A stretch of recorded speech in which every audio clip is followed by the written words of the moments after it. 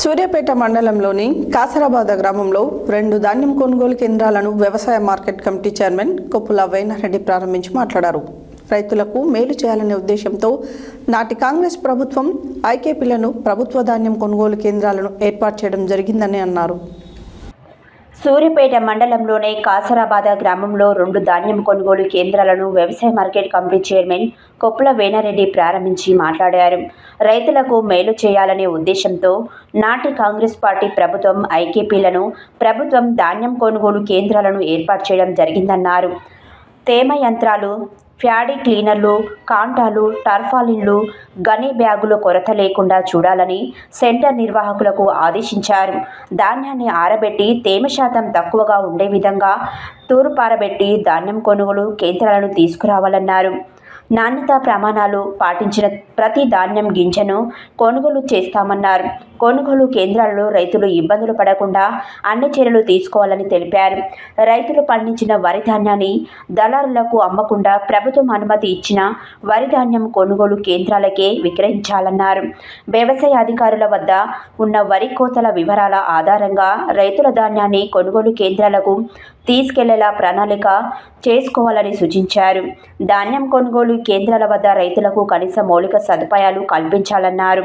ఈ కార్యక్రమంలో సూర్యాపేట మండల పార్టీ అధ్యక్షుడు Kothi Gopal Reddy, APM Maisaiah, CC Yadagiri, Vijayabhanu, Congress party గ్రామశాఖ Polagani Saidulu, Shankaramaddi Venkatreddy, Saritha, Vasantha, Yellamma, Sharada, Nagamma, PCC SC cell vice chairman Chintamalla Ramesh, Dandu Maisamma, దేవస్థానం చైర్మన్ తంగెళ్ల కరుణాకర్ రెడ్డి, జిల్లా కాంగ్రెస్ నాయకులు పందిరి మల్లేష్, పట్టణ ఓబీసీ సెల్ అధ్యక్షుడు రావుల రాంబాబు తదితరులు పాల్గొన్నారు.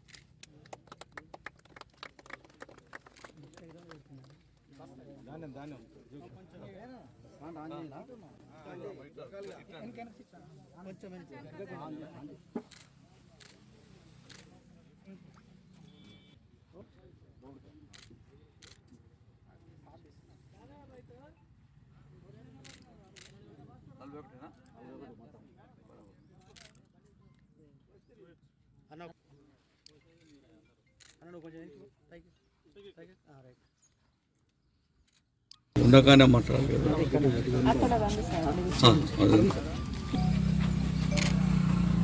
మొదటగా సూర్యాపేట రూరల్ మండలం కాసాబాద్ నుంచే మీరండి కొనుగోలు కేంద్రం ఈ ఊరు నుంచే ప్రారంభించడం జరిగింది.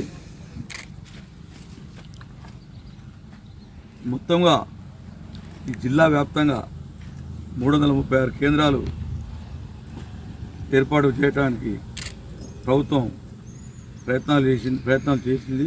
336 కేంద్రాలకు అనుమతులు ఇచ్చింది. దీని ద్వారా 4,36,30,00,000 ధాన్యం మెట్రిక్ టన్నుల ధాన్యం కొనుగోలు చేస్తానికి ప్రభుత్వం అన్ని ఏర్పాట్లు చేసుకోవడం జరిగింది. కాళేశ్వరం కట్టి లక్ష కోట్ల రూపాయలు దోసుకొని తిన్నారు తప్ప కట్టిన కాళేశ్వరం 3 ఏళ్ళకే కూలిపోయి ఆగమాగ పరిస్థితులు ఉంది. ఆ నీళ్లను ఆపలేక ఏదైతే డ్యామ్ సేఫ్టీ అథారిటీ వారు ఆ నీళ్లు ఆపినట్టయితే మొత్తానికి మోసం వస్తుందని చెప్పి ఆ నీళ్లను సముద్రపాలు చేసిన ఘనత కూడా కేసీఆర్ కుటుంబానికి, టీఆర్ఎస్ పార్టీకి, బీఆర్ఎస్ పార్టీకి ఉందని కూడా తెలియపరుస్తూ మరొకసారి మన ప్రియతమ నాయకునికి దామోదర్ రెడ్డి గారికి ఈ సందర్భంగా మన అందరం కూడా ఘన నివాళులు అర్పిస్తూ వారి పేరు మీద ఈ ప్రాజెక్ట్ ఇచ్చినందుకు, వారి పేరు పెట్టినందుకు ఉత్తమ్ కుమార్ గారికి, రఘువీర్ రెడ్డి గారికి, ముఖ్యమంత్రి రేవంత్ రెడ్డి గారికి ప్రధానంగా మనం అందరం కూడా వారి నిర్ణయానికి మన హర్షం వెలిబుచ్చుతూ వారి నాయకత్వాన్ని బలపరచాల్సిందిగా కోరుతూ, ముఖ్యంగా ఇక్కడ వచ్చిన సందర్భంగా చెప్పేది, నిర్వాహకులు చెప్పేది ఏంటంటే రైతును మోటివేట్ చేసి తాళు లేకుండా మీరు ఇక్కడికి వడ్లను తీసుకొని వస్తే ఇక్కడ ఐకేపీ సెంటర్లో అన్ని సదుపాయాలు, బస్తాలు అయితేంది, ఇప్పుడు కాంటా వచ్చింది, బస్తాలు వచ్చినాయి, అది మాయిచర్ మిషన్ వచ్చింది, మాయిచర్ మిషన్ కూడా వచ్చింది, బాడీ క్లీనర్ అన్నీ వచ్చినాయి. వాటికనే జాగ్రత్తగా మీరు చేయించే బాధ్యత సంఘబంధం వారు పోయినసారి కూడా మంచిగా చేశారు, ఈసారి కూడా అదేవిధంగా చేసి రైతులను కాపాడుకోవాలి.